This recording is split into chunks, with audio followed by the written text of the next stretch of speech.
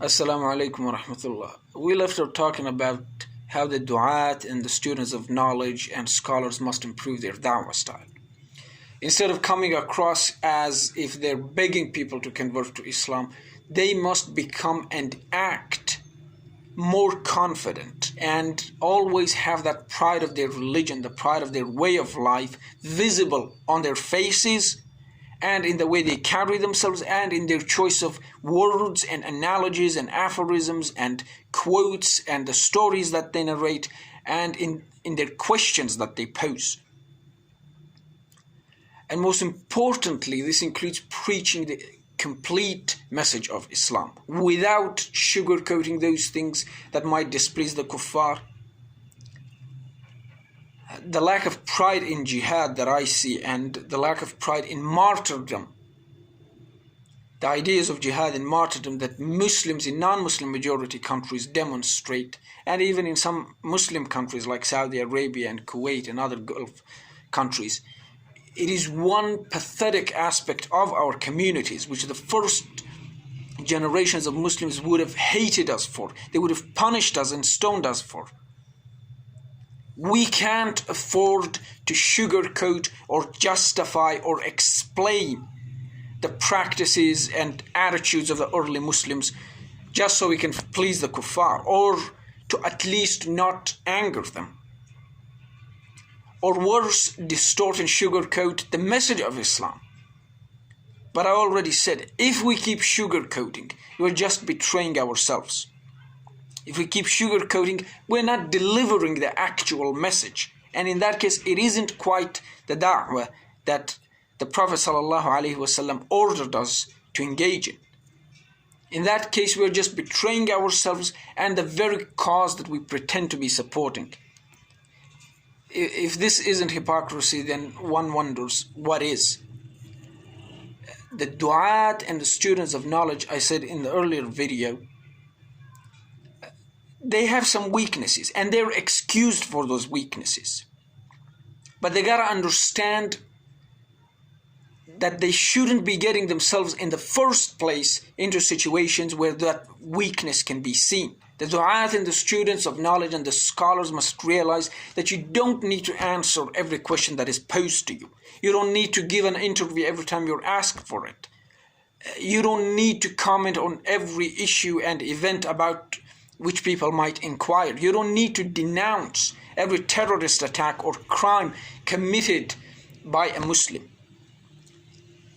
What is Islam and what Islam is not? These are questions that have been addressed and answered and treated in a million different ways, a million times, in writing, in speech, and in action.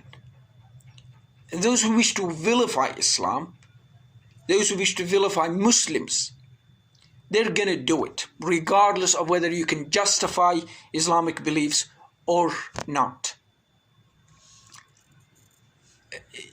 And the du'at and the students of knowledge, they gotta have enough tact. They gotta be clever enough to understand that they're being played with. You're being played with. This is the corporate media. They are established to distort the truth. They're established to distort your identity. They're established to program you and manipulate you. They make money off of that. That is their bread and butter. So you can't afford to fall into their traps. You can't afford to fall into their rhetorical traps.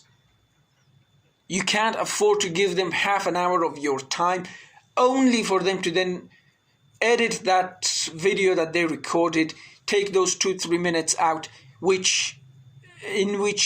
which they demonstrate whatever point they're trying to make.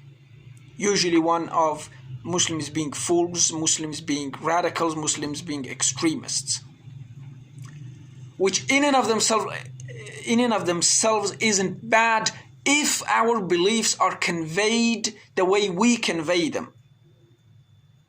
But they also distort our beliefs. There are beliefs that we have, which if we preach, they'll distort them. Not just label those beliefs as extreme beliefs. No, they'll distort them. because of the propaganda against Islam and the demoralization of Muslims, we've internalized repression, and we have created stories or adopted stories from others which we keep narrating that would serve as an excuse for us, du'at and community leaders. We've developed methods by which we can come across as maximally harmless, methods by which we can justify our incompetence and continue our personal repetitive sins. We've developed methods by which we keep betraying the da'wah, but without actually coming across as such.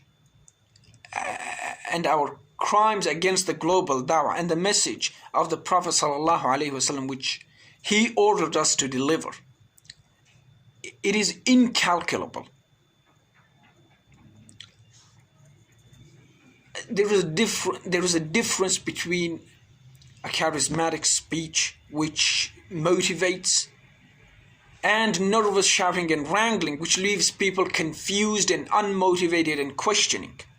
Here is another point that I want to point out. One of the weaknesses on which the kuffar capitalize. These are the speeches that create more opportunities for the enemies of Islam, and it motivates them to pursue this line of interrogation of Muslims. Such speech only distance the individuals from the mosque and makes the haram even more seductive than it already is. This lack of clarity that we choose to put into our speeches, that we choose to put into our statements, this is what creates opportunities for the enemies of Islam and the Islamophobia INC. So this is sort of the situation. And as I said, the du'at and the scholars and the students of knowledge, they're excused. People make mistakes and we are weak. But let's say we've understood the reality of the situation. What next? Well, the next step is we can take the next step. We can ask relevant questions. We can say, how do we censor and stop and eliminate such attempts at the programming of the Muslim mind? What are the various tools and techniques and strategies that non-Muslims have adopted for their anti-Islamic missions? And once we've asked that question, we've moved the conversation forward, and now we can take that extra step towards perfection. So we have to censor all the propaganda machines of the enemies of Islam and allies of the corrupt elite. By censoring these machines, we are effectively destroying them, since it is the Prophet that is enabling them to perform their devilish act of hate production. These machines include TV channels like the BBCs and the VOAs and the Sky News and their social media accounts and channel. The speeches given by speakers and leaders, they have to inspire confidence and they have to arouse the ambitions of the listeners. It should make people more thoughtful and perceptive to the opportunities, especially the ones to which we are less perceptive. That's what charisma, that's what good rhetoric, that's what good communication is about. I already said, almost all of da'wah is communication. So this is the process of communication that we have to master. We have to highlight those opportunities available to people by which they can move forward, by which they can get closer to Allah subhanahu wa ta'ala. But we've placed every Ahmed and Mahmoud on the minbar, and now he's giving a speech. Everyone who has a mouth shouldn't be allowed to give a khutbah. Rather, it should be those people who are excellent rhetoricians and are well acquainted with the literature of that specific culture, and they have the ability to use all of the different literary devices and rhetorical devices that might prove useful. These are the individuals that would prepare every khutbah with mathematical precision and throughout the week, so that when finally the time comes to deliver it on Friday, those speeches would have the desired effect.